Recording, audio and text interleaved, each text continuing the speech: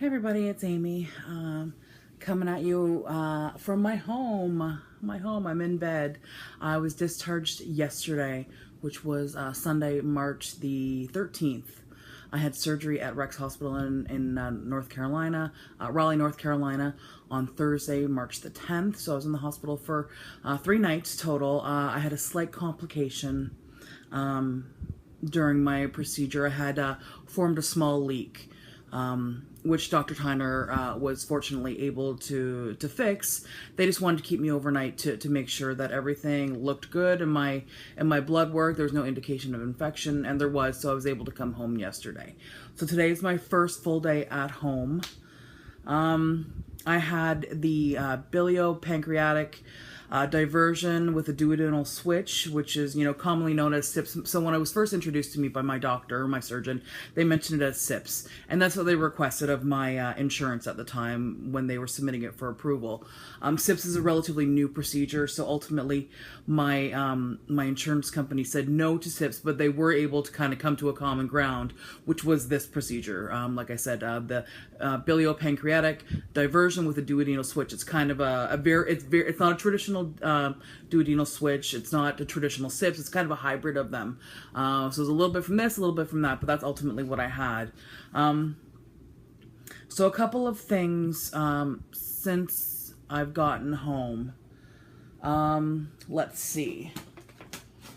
Because of the complications during my surgery, the doctor, he didn't use, on my incisions, he didn't use typical like steri strips or glue. He used staples. So I've got plenty of staples in my gut right now. And I'm going to have to go see my surgeon in about a week to have those staples removed. I was certainly super aware of the pain that would be involved with that. And he said it's like getting your eyebrows waxed. So, or eyebrows tweezed, which is okay, but I mean, sometimes girls, if you feel me, you probably had a stray hair that when you plucked it, it made your eyes water a little bit, but I suppose, and it shouldn't be that bad. So I'm not sure if that's causing me some discomfort. I seem to have quite a bit of discomfort or pain associated specifically with one incision, and in that incision I have 7 staples. And I'm pretty sure that's the incision, it's the biggest one I have. That's the incision where the doctor had removed my stomach, 80% of my stomach from that hole. So that's probably why it's a little bit bigger. That's probably why it's causing me considerable amount more pain. Simple things like getting in and out of bed at the hospital, it was really difficult at first, but fortunately those hospital beds, they've got handles on them, so you can kind of grab them and hoist yourself up. I think I mentioned in my last video that my nurse had told me, she said, listen, the reason it's causing you so much pain is because you're tensing up all your abdominal muscles, and you need to learn to rely on your arms and the strength of your legs to help pull yourself up. Do that more. And once I started, really focusing on doing that way, it was much better. But now that I'm home, I'm in my comfy bed, and don't get me wrong, I love my bed. It's even nice that it's a Tempur-Pedic bed. Excuse me, my phone's ringing. I'll let it go to voicemail. Now that I'm in my bed, it's great. It's a Tempur-Pedic bed. Sorry. I don't have those handles that was really great on the hospital bed, so I can't really grab onto something and pull myself up. But because I have a Tempur-Pedic bed, which is really nice, I can still lift the head up all the way, which kind of forces me up. It gives me part of the way, and then I can kind of lift myself the rest of the way. So there's that. So that's probably my biggest pain, really, literally. My biggest pain is getting up from that position. And that's just because of that weird incision. I think it's causing me a good amount of pain. It was all covered up, but I took the covering off just to make sure that it didn't look funky, like it looked infected or something, and that's why it was causing me pain. And it didn't. I mean, they're not pretty. There's some Frankenstein sort of staples going on in there, but it's not. It doesn't look like very worrisome. And if it does, I'll continue to take a look at it. If it does start to give me some concern, I'll certainly make an appointment with my doctor or go to the ER or something like that. But right now, I'm considering that just chalking this up to I just had surgery, and he just removed a good part of my guts, so there's probably going to be some pain associated with that. So what else? prior to going into surgery, I was on a number of medications.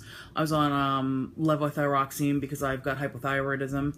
I'm still on that right now. I was on 3 different pills for hypertension, for high blood pressure. I have removed one of them at my surgeon's insistence, so I'm using 2 of them right now, but I'm also kind of keeping an eye on my blood pressure. My blood pressure was quite low when I was in the hospital. Right now it seems to be perfect. So I'll continue to kind of monitor that. I'm no longer taking insulin of any type since leaving the hospital. I was taking Lantus twice a day, 70 units twice a day. That's a lot, 140 units a day. And then I was also on a sliding scale for Humalog with my meals. Now, of course, I wasn't on that for the last couple of weeks of my my pre-op diet because I wasn't having meals. I was just having protein shakes. So, but since I was in the first couple of days I was in the hospital, the first day I was in the hospital, they had to give me just like 1 or 2 units of insulin because it was a little bit high. But since I've been out, I'm monitoring it 4 times a day, and it's underneath. They said if it was over 140, then I would have to take some insulin, and it hasn't been yet. So that's good. They hooked me up with some good medicine. They gave me some anti-nausea little pills. You can't really see them, but they're little dissolvable pills. You just put them on your tongue. They taste disgusting. I think they're supposed to taste like lemon lime. I don't know who jacked that up, but you take that and it's supposed to be good for 8 hours. It does help a little bit. The pain medicine that they gave me, it's liquid format. It's a big bottle of it, and it's hydrocodone with acetaminophen, and I take that every 4 hours as needed. I was trying to kind of wean myself off of it, but then I realized I need it, and that's why they gave it to me. It's in the beginning, so I have been taking it fairly regular. Usually around the 4 hour mark is when, you know, it starts singing to me because everything else is hurting, so I do take that. Now that I'm home, I had to start my B-complex multivitamins. So I picked these up before I went into the hospital. They're B-complex chewables, strawberry kiwi flavor. It's all right. I mean, it's chalky and it's not especially delicious. It's not like, oh boy, strawberry kiwi. It's like having a fruit tart in my mouth. No, and they're not that small either.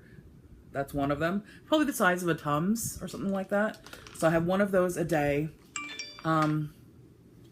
I need to be drinking 64 ounces of water or of liquid a day. And I also, my goal with this procedure is I have to have a goal of between 80 to 100 grams of protein a day, which can be difficult. So today I had 1 full bottle of Isopure, which by the way is awful tasting.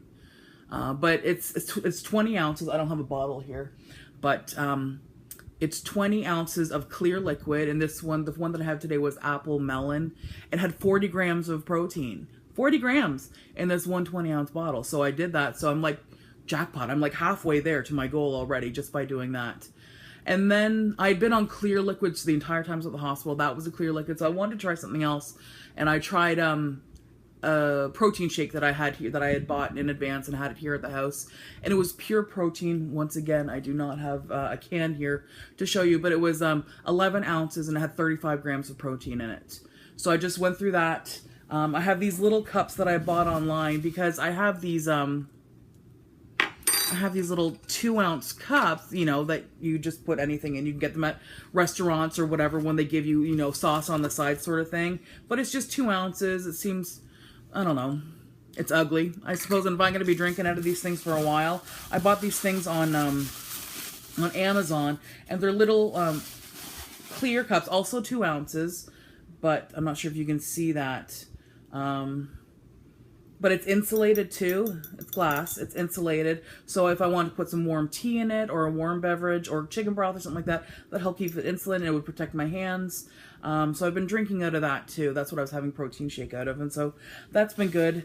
My goal is to have 2 ounces every 15 minutes. But to be quite honest, I haven't been measuring it. For example, you know, this morning, I have this bottle of Smart Water, basically, right?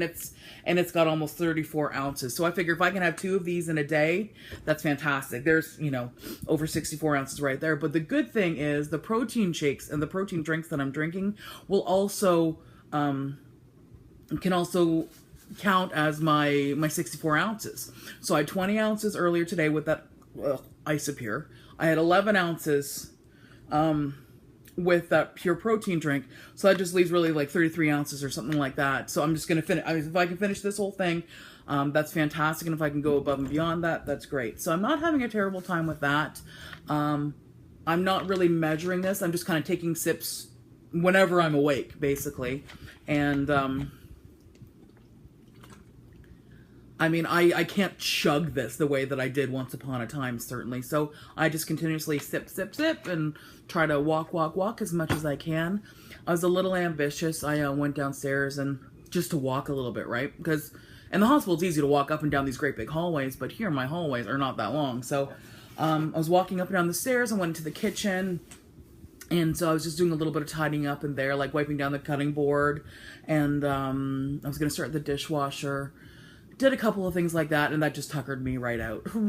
So I just came back up here and I plopped down, and I thought, well, maybe I'll just take this opportunity to make another video or provide another update. I probably will end up having another nap.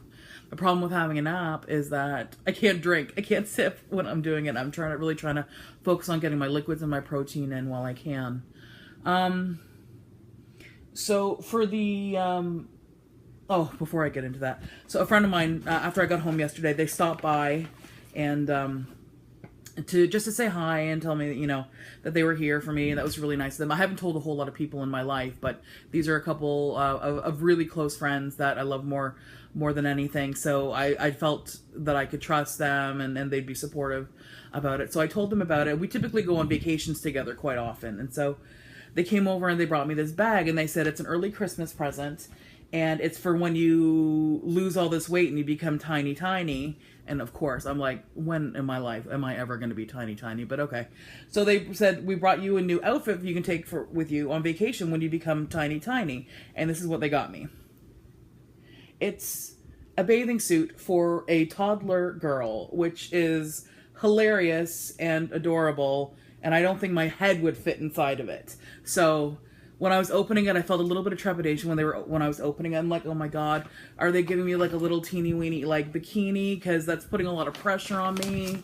And, you know, what sort of expectations am I setting for them, for myself? And then I saw it was this joke with this little, you know, toddler's bathing suit. So that made me laugh and that took some pressure off and that made me feel good. So thank you to them for doing that. That was really thoughtful. What else? I'm just trying to see what else I have kind of scattered around me that I can show you, but that's about it. In terms of the TMI portion of tonight's broadcast, since I've gotten home, I've had some GI issues, if you want to say it. Let's just say I've had lots of gas. And I understand that that's normal. But I've also had some other stuff coming out with the gas, and it's nothing like I've experienced before. It's not watery or loose, which I would expect because I'm drinking lots of liquids.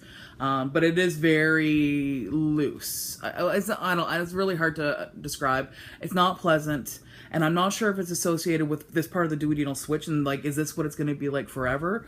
Or is this just coming off of the surgery? So we'll keep taking a look at that right now. I'm monitoring it. Hopefully it's not going to be that bad. But I do have a tremendous amount of gas that I'm still expelling.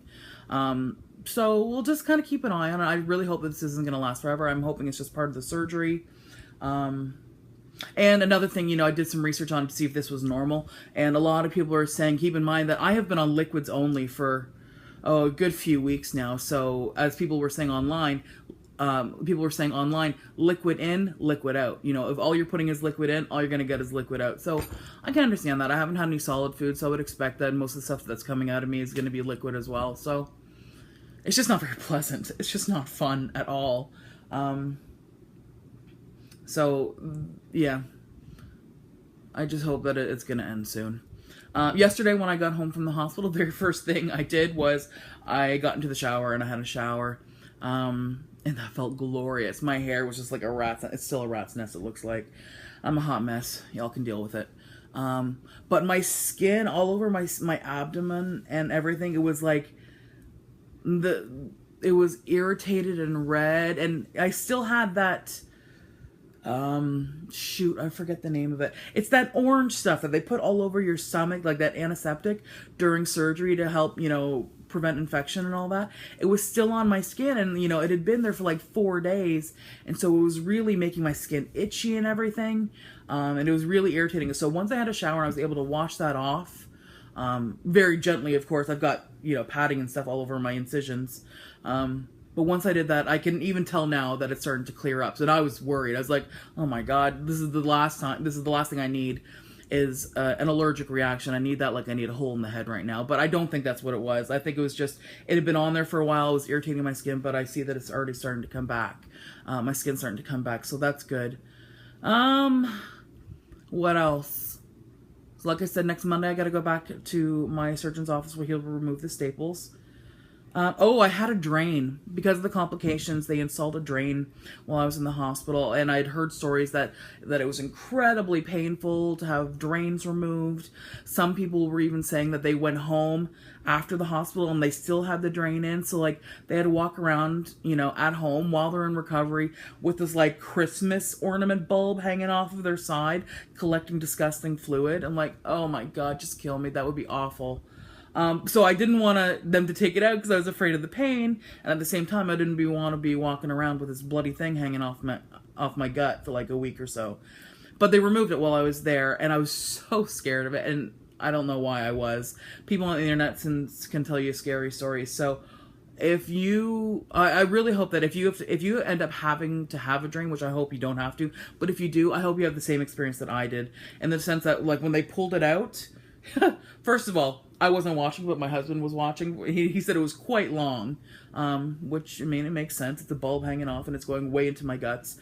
But it just felt weird. You know, like when they're pulling a catheter out, it's just like, wow, that was really deep inside of me. And it just feels really weird, like something's being pulled through, but there was no pain. It was just strange feeling.